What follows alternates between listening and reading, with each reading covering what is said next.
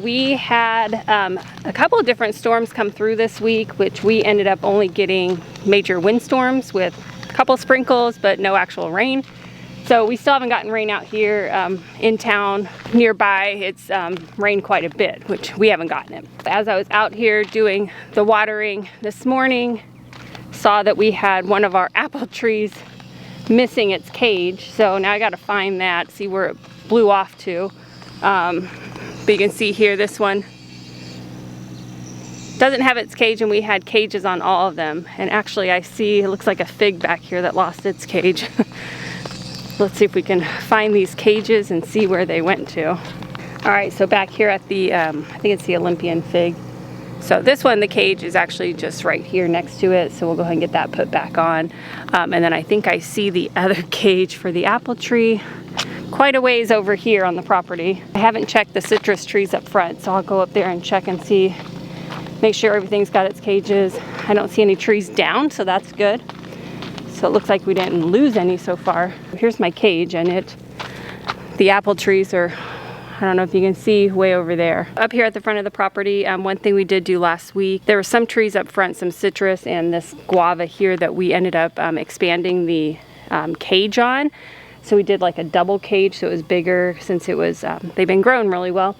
So this one did get a little knocked over, which we had a stake on this, the kind of the southwest side here of the tree, because our winds normally come from that direction, which the storm last night came through the opposite way. So we might have to stake the other side as well. And I see a couple of citrus down here that might have gotten their cages a little blown over, but I don't see any missing or any trees down, so that's a good sign. I'm over at the west orchard, and actually these trees all look fine. They did fine with the windstorm last night. We did go back through and pulled cages off of I think like 6 or 7 more of the trees on this side, and just did the white tubing, the trunk tubing, which seems to be doing really good so far.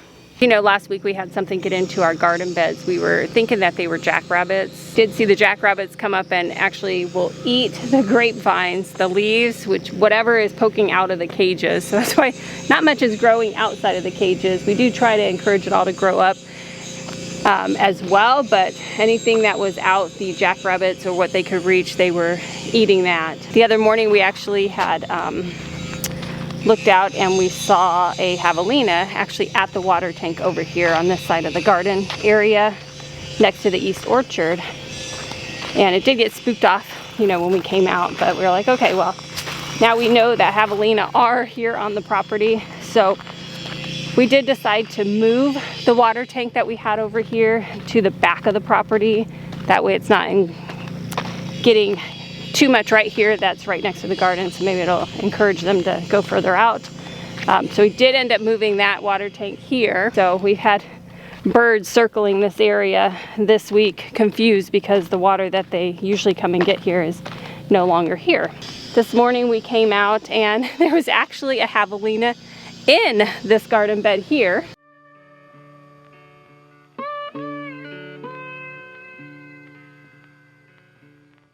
So these were our winter beds, so we just had things that were going to seed that we were leaving in there. We had some cowpeas in there. So now we know for sure what it was. It is actually javelina that are getting in here. So it did get spooked off, got out, ran off, and went to like halfway back on the property to join 4 other javelinas back there. So we know there's now 5 javelina that have been here on the property. So I think we're gonna go ahead and just remove the netting off of these beds, since they're just gonna keep getting in, and right now there's not much in there for them to, you know, ruin. So we're gonna take that off, and then we've kind of got some ideas of how we're gonna end up having to do hardware cloth around it or fence off the entire area, which I really didn't want to do because I really like how open it is, but we'll see. We're having a problem keeping a lot of things off the property, and one thing we are glad that we're keeping off are the cattle. So we do have open range cattle out here, and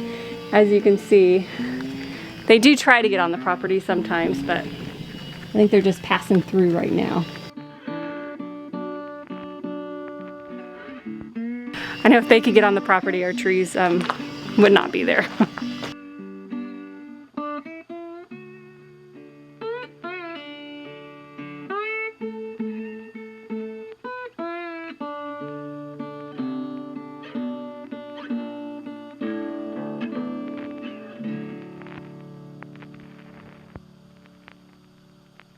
We've been talking about getting a night camera for some time now, just to kind of see what, you know, was coming up to the water tanks mostly and coming onto the property. And after the garden bed incident last week, we decided to go ahead and finally buy one. So we got it in this week, thinking that we'd set it up this weekend to see what is getting into the garden beds. But now that we know, but maybe we'll just set it up anyways and just kind of see them playing around in there and without having to try to get in through the netting. A quick update on the grass that we actually cut down last week and how much it is already growing back in just the 1 week.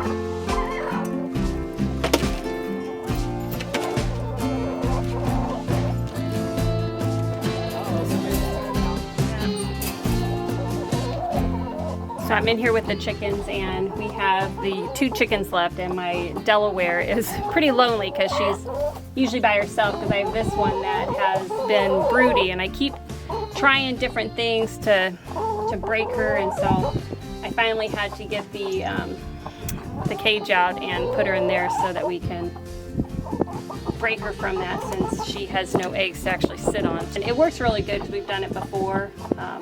So.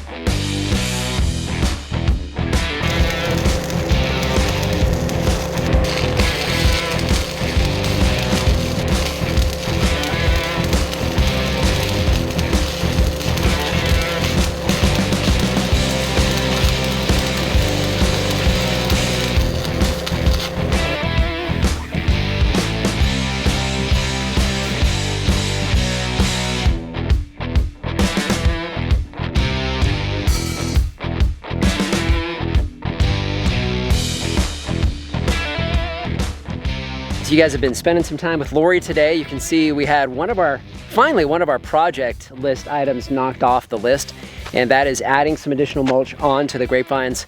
Those javelina, oh, those little turkeys, javelinas, they're, you know, digging around in here like javelina do, and I didn't want to take the chance that they would get their roots exposed on those grapevines, and so I figured better safe than sorry. Let's go ahead and move that up on the list, so we did that. So we got all of the welding done that goes around the livestock acre back there. Nate and I finished that up this morning, so now next step is going to be actual fencing, but he's not available next weekend, so that'll be probably by the end of July, hopefully. And then you guys probably saw me working on this.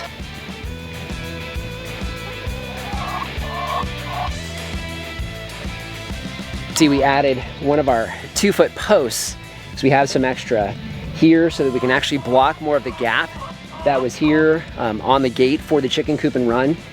Now, there's a secondary reason. Not only do I want to have that to keep out the creepy crawlers, specifically bobcats. I didn't want to have a big enough gap for a bobcat to get in, because we did see a well, we didn't, but there's been a bobcat sighting about 1.5 miles, 2 miles from here. So obviously I don't want to take a chance with our poultry anymore. So we added that post on both sides to shore up the gates here.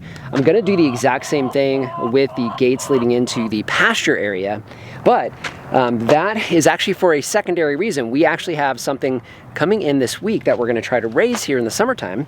But we're gonna share more on that with you guys at another time. Something else I wanted to give you guys a quick update on is the sunflowers. So I'm gonna step back, have you guys take a look at these.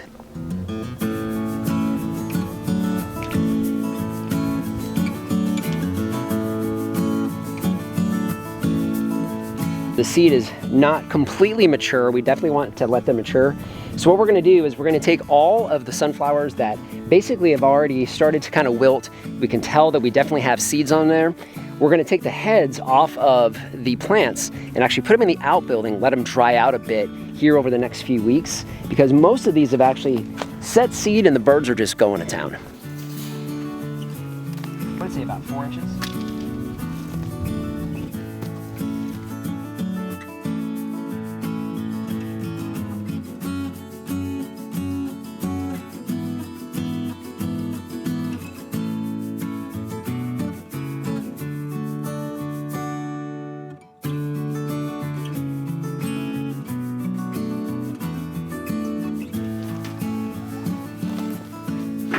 Okay, so here's our first harvest of sunflower seeds. I'm gonna have Lori get a close up here in just a second.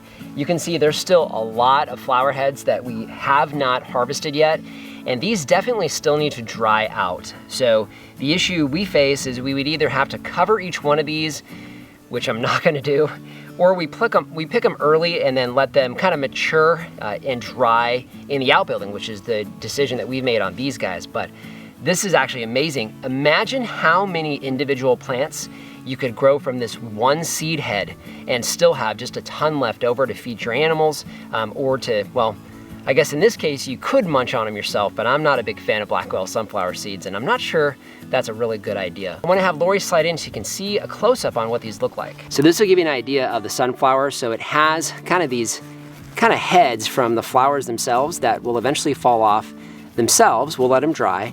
And then these are the actual individual seeds. So you can see all of those black oil sunflower seeds there. Now for me, you can do one of two ways when it comes to saving seeds. You can either save them from these multi-head sunflowers and get smaller little seeds, or these bigger ones are bigger seeds. And I don't know, I'm just a bigger fan of bigger seed heads and bigger flowers. I don't know. Maybe that leads to bigger chickens. It's actually been an amazing day today as far as weather. It's actually starting to rain right now. We're getting some sprinkles, which is a very good sign, but we definitely need to get inside the house today. You know, if you guys have not subscribed to the channel, subscribe. This is just a little sampling of one of our vlogs that we do each week to kind of update everybody on what's going on the farm, but we'd love to have you here.